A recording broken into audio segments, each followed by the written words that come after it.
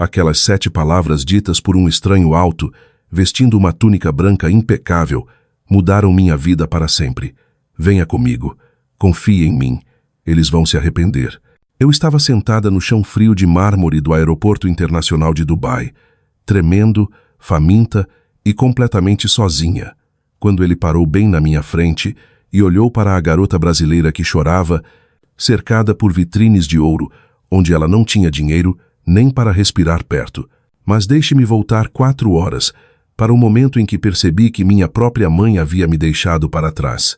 Eu tinha 14 anos, estava parada no portão 23, vendo o avião para Bangkok taxiar na pista com minha família dentro e eu, definitivamente, do lado de fora. Apenas eu, uma menina magrela com uma camiseta larga, entendendo lentamente que minha mãe havia olhado para meu irmão, acreditado nas mentiras dele e entrado naquele avião sem olhar para trás uma única vez. Ela não me perdeu na multidão, ela me deixou de propósito. E 4 horas depois, quando a polícia ligou para ela em Bangkok, quando ela descobriu o que seu menino de ouro realmente tinha planejado, quando descobriu que aquilo não era sobre férias, mas sobre uma herança de 600 mil reais, o rosto dela ficou branco como o de um cadáver. Para entender por que esse momento foi, na verdade, a melhor coisa que já me aconteceu, você precisa saber o quão invisível eu fui durante toda a minha vida. Meu nome é Mariana Silva. Tenho 32 anos agora e dirijo uma empresa de importação de sucesso em São Paulo. Mas naquela época, aos 14, eu era basicamente a mobília da casa. Sabe aquelas pessoas que iluminam o ambiente quando chegam? Eu era o oposto. Eu era como um papel de parede humano. O tipo de criança que podia sentar à mesa de jantar e, de alguma forma, continuar invisível. Minha mãe, Patrícia, trabalhava em turnos duplos como enfermeira-chefe em um hospital público. Ela fazia isso desde que meu pai morreu, quando eu tinha 6 anos. A morte do papai atingiu nossa família com força, mas atingiu meu irmão Rodrigo mais forte ainda. Ou pelo menos era isso que minha mãe sempre acreditou. Rodrigo tinha 9 anos quando perdemos o papai, e a partir daquele momento, ele se tornou o homem da casa aos olhos da minha mãe. Rodrigo era 3 anos mais velho que eu. A promessa da base do time de futebol local, sorriso perfeito, o tipo de garoto que fazia as professoras esquecerem que ele não tinha feito a lição de casa. Ele não podia errar. E eu digo isso literalmente. Em 17 anos, nunca vi minha mãe culpar o Rodrigo por nada. Se algo quebrava, fui eu. Se dinheiro sumia da carteira, eu devia ter pego. Se havia uma briga, eu tinha começado. Aprendi cedo que revidar era inútil, desrespeitoso. Você tem que respeitar seu irmão mais velho, ela dizia. Então, me tornei a fácil, a quieta, a que nunca reclamava, a que engolia o choro para não incomodar os vizinhos. Achei que se eu fosse boazinha o suficiente, pequena o suficiente, invisível o suficiente, eventualmente minha mãe me veria. Ela nunca viu. Minha avó, Dona Nora, mãe do meu pai, morava em Minas Gerais, no interior. Rodrigo passava os verões com ela quando mamãe dobrava os plantões. Vó Nora era a única pessoa que parecia notar que eu existia. Ela me mandava doces pelo correio, me ligava no meu aniversário, quando mamãe esquecia, e me contava histórias sobre meu pai. Mas ela estava ficando velha, e eu não a via tanto quanto gostaria. No verão em que fiz 14 anos, algo mudou. Fui aceita em um programa de artes de elite, com bolsa integral. Era uma grande conquista, o tipo de coisa que deveria ter deixado minha mãe orgulhosa. Por um breve momento, os holofotes estavam em mim. Rodrigo odiou. Ele não disse nada diretamente, mas eu podia sentir o ressentimento dele como uma corrente de ar frio na sala. Ele começou a fazer comentários sutis durante o jantar, dizendo que arte não dava dinheiro, que eu provavelmente envergonharia a família, que a bolsa devia ser um erro do sistema. Minha mãe não me defendeu. Ela apenas serviu mais arroz e mudou de assunto. Cerca de uma semana antes das nossas férias, algo estranho aconteceu. Cheguei da escola mais cedo e ouvi a voz do Rodrigo vindo do quarto dele.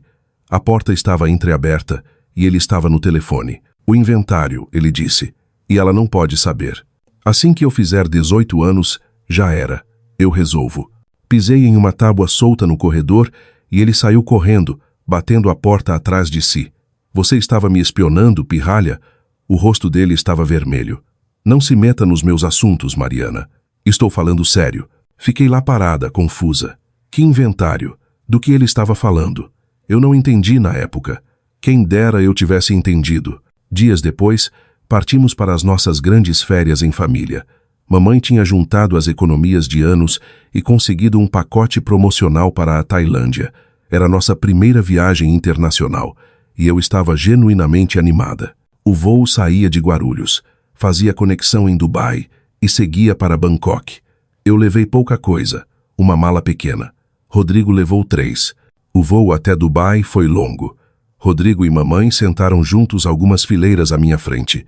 De vez em quando, eu os via rindo de alguma coisa, compartilhando fones de ouvido, e sentia aquela pontada familiar de estar sendo deixada de fora, mas engolia em seco como sempre fazia. Quando pousamos em Dubai, eu estava exausta, mas maravilhada.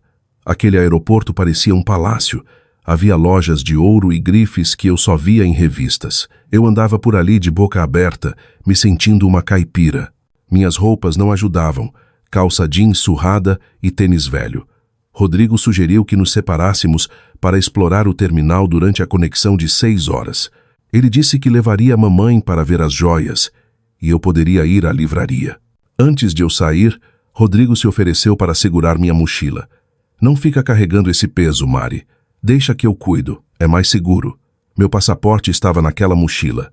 Meu cartão de embarque, meu dinheiro de emergência R$ 200 que minha avó tinha me dado escondido. Entreguei a ele sem pensar. Por que eu não confiaria no meu irmão? Eu gostaria de poder voltar àquele momento. Gostaria de agarrar aquela menina pelos ombros e dizer para ela segurar a bolsa como se sua vida dependesse disso. Porque, de certa forma, dependia. Fui ao banheiro. Passei uns 20 minutos na livraria e voltei para o nosso ponto de encontro. Rodrigo e minha mãe tinham sumido. Esperei 30 minutos, 45. Disse a mim mesma que eles tinham se distraído com as compras, mas um sentimento ruim crescia no meu estômago. Finalmente, encontrei um balcão de informações. A mulher verificou no computador e me olhou com pena. Aquele voo já embarcou, querida. Está taxiando agora. Não, minha família está nesse voo. Eu deveria estar nesse voo. Ela checou de novo. Patrícia Silva embarcou. Rodrigo Silva embarcou. Mariana Silva. Não compareceu. Meu coração parou. Eles me deixaram. Minha mãe e meu irmão entraram naquele avião e voaram para a Tailândia sem mim. E enquanto eu estava lá congelada, não fazia ideia de que em menos de 2 horas eu descobriria exatamente o porquê. Um oficial de segurança se aproximou. Passaporte? Não tenho. Sussurrei. Meu irmão está com ele. Cartão de embarque? Ele tem isso também. Descobri muito mais tarde o que Rodrigo tinha feito. Quando fui ao banheiro, ele foi direto para o portão. Disse aos funcionários que eu viajaria em um voo posterior com outros parentes. Como os bilhetes eram individuais, não houve alerta. Mas antes disso, ele teve uma conversa com minha mãe.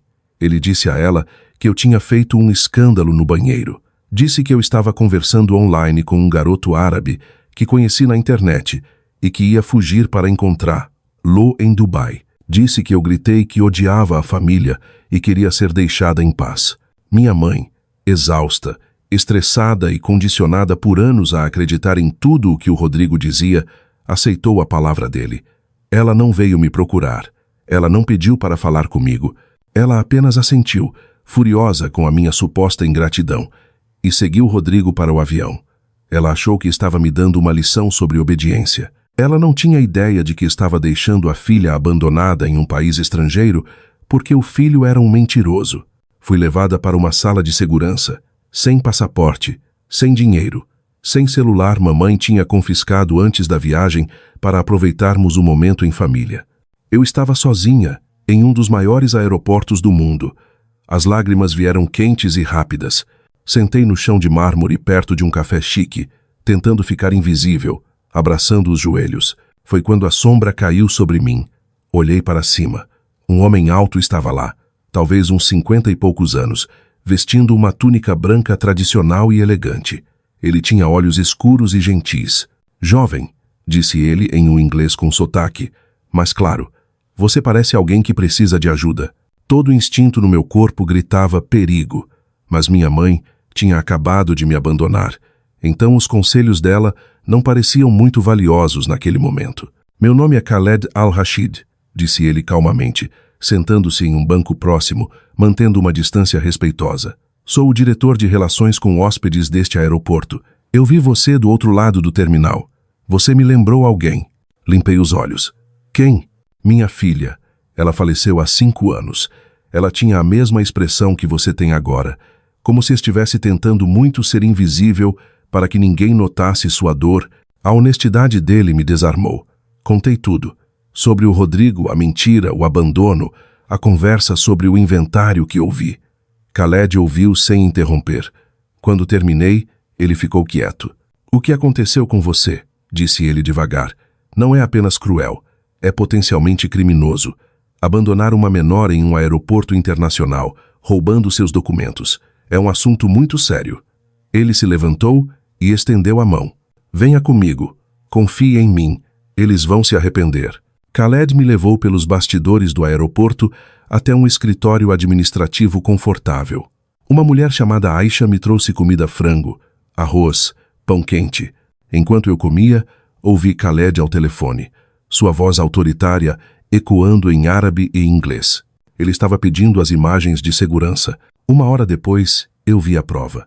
As câmeras mostraram Rodrigo abrindo minha mochila enquanto eu ia ao banheiro, tirando meu passaporte e colocando na bolsa dele com um sorriso deliberado. Depois mostraram ele sussurrando para minha mãe no portão. O rosto dela se contorceu de raiva e ela virou as costas para o terminal sem hesitar. Antes de entrar no avião, Rodrigo olhou para trás e sorriu, um sorriso frio calculista. Isso é abandono deliberado, disse Khaled. Mas preciso perguntar, você mencionou um inventário. Seu pai deixou bens? Minha mãe nunca falou sobre isso. Só disse que o pai deixou a gente confortável. Às vezes, disse Khaled, servindo-me um chá aromático, os irmãos fazem coisas terríveis para proteger o que acreditam ser deles. Seu irmão faz 18 anos em 3 meses, certo? Eu balancei a cabeça. Acho que seu irmão revelou o verdadeiro caráter dele. A questão agora é o que você vai fazer. A chama da raiva começou a queimar dentro de mim. Não era mais tristeza. Era indignação.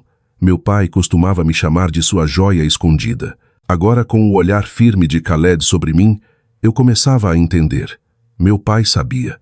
Khaled fez mais ligações. A polícia tailandesa foi acionada. A embaixada brasileira e a americana, pois tínhamos dupla cidadania pelo meu pai, foram contatadas. 90 minutos depois, o avião pousou em Bangkok. Khaled ligou uma tela na parede. Transmissão ao vivo do portão de desembarque. Eu vi minha mãe sair, ajeitando a bolsa, parecendo uma turista normal. Rodrigo vinha logo atrás, rindo de algo no celular. 2 policiais e uma representante da embaixada os abordaram. Vi a confusão no rosto da minha mãe, depois o medo. O oficial mostrou o tablet com as imagens de segurança. Vi minha mãe levar a mão à boca, o rosto perdendo toda a cor. Rodrigo tentou recuar, gesticulando, mas já estava cercado. Mas o golpe final veio depois. A polícia confiscou o celular do Rodrigo. Nas mensagens de WhatsApp para a namorada, encontraram tudo. A viagem é perfeita. Vou me livrar dela em Dubai e a mãe vai ter que escolher um lado. Ela sempre me escolhe. Assim que eu fizer 18, aquela grana do seguro é minha. A Mariana nem sabe que existe. Se ela sumir em Dubai, consigo convencer o juiz que ela é instável e assumo a parte dela. Quando Khaled traduziu e me explicou aquilo, senti como se tivesse levado um soco. Havia um seguro de vida e uma poupança bloqueada que meu pai tinha deixado. Rodrigo queria tudo. A representante da embaixada levantou um tablet e, de repente, eu estava em uma videochamada com minha mãe, Mariana. A voz dela falhou.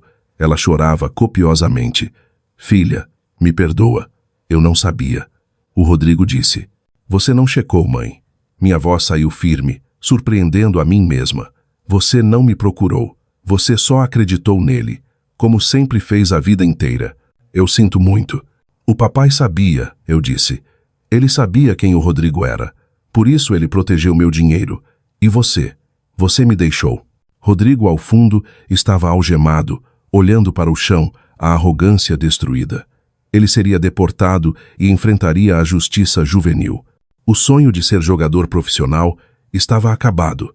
Nenhum clube aceitaria alguém com ficha criminal internacional. Khaled providenciou meu retorno. Fui de primeira classe, tratada como uma princesa. Antes de eu partir, ele me deu seu cartão. Você é mais forte do que pensa, pequena. Seu pai estava certo. Você é uma joia. E agora, ninguém mais vai esconder você. Voltei para o Brasil, mas não para a casa da minha mãe. Minha avó Nora estava me esperando no aeroporto, com os braços abertos e cheirando a bolo de fubá e lavanda. Estou com você, minha menina. Acabou. Descobri que meu pai tinha deixado um seguro considerável, dividido igualmente, mas minha parte estava protegida em um fundo que só eu poderia acessar aos 25 anos, ou para estudos. Rodrigo tentou roubar meu futuro, mas acabou garantindo o dele. Trabalho comunitário, ficha suja e a vergonha de toda a família. Minha mãe levou anos de terapia e muitas conversas difíceis para reconstruirmos algo parecido com uma relação. Perdoar é difícil, mas estabelecer limites foi libertador. Hoje, aos 32 anos, quando fecho grandes negócios de importação, às vezes me lembro do chão frio daquele aeroporto e sorrio, porque foi lá, no momento mais baixo da minha vida, que eu finalmente me levantei. Se você gostou dessa história, inscreva-se no canal e me diga nos comentários de onde você está assistindo. Seu apoio significa muito.